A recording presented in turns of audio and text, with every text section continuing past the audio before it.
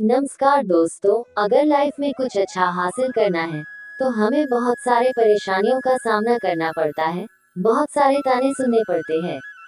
लेकिन दोस्तों, अगर हमें लाइफ को बदलना है और लाइफ में कुछ हासिल करना है तो ये सारी बातों को पार कर आगे बढ़ना पड़ता है। इसके लिए आपको हमेशा मोटिवेटेड रहने की जरूरत है। इसलिए हमने कुछ अच्छे लाइफ चेंजिंग हिंदी कोट्स का कलेक्शन किया है जो आपको लाइफ में कुछ हासिल करने को प्रेरित करेंगे। आशा करते हैं ये आपको पसंद आएंगे। जीवन में एक दिन का भी पछतावा मत करना। अच्छे दिन आपको खुशी देते हैं और बुरे दिन आपको अनुभव देते हैं। दर्द तब होता है जब खुद को ठोकर लगती, वरना दूसरों के तो सिर्फ लहू ही नजर आते, दर्द नहीं। देवी पार्वती और शिव जी से जुड़ी कथा है। देवी सती ने देह त्याग दी थी और सती के वियोग में शिव जी ध्यान में बैठे हुए थे। एक दिन शिव जी के पास हिमाचल राज और उनकी पुत्री पार्वती पहुंच गईं।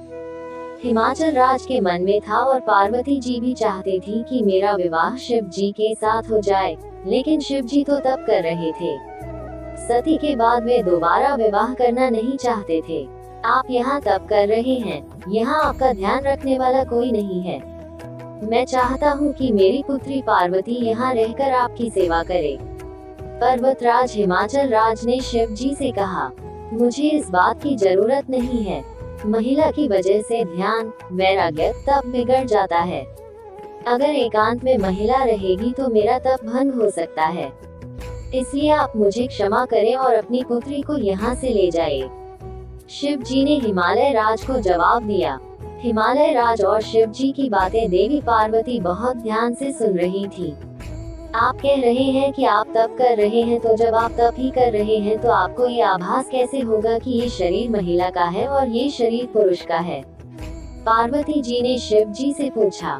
देवी पार्वती की ये बात सुनकर शिव जी हैरान हो गए, क्योंकि देवी ने बात बहुत बुद्धिमानी की कही थी।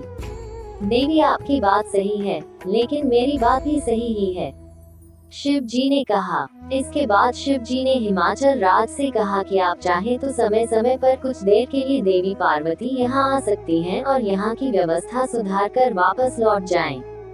शिव जी और पार्वती जी की सीख। इस कथा में शिव जी और पार्वती जी ने संदेश दिया है कि हमें अकेले में अपनी भावनाओं पर नियंत्रण रखना चाहिए।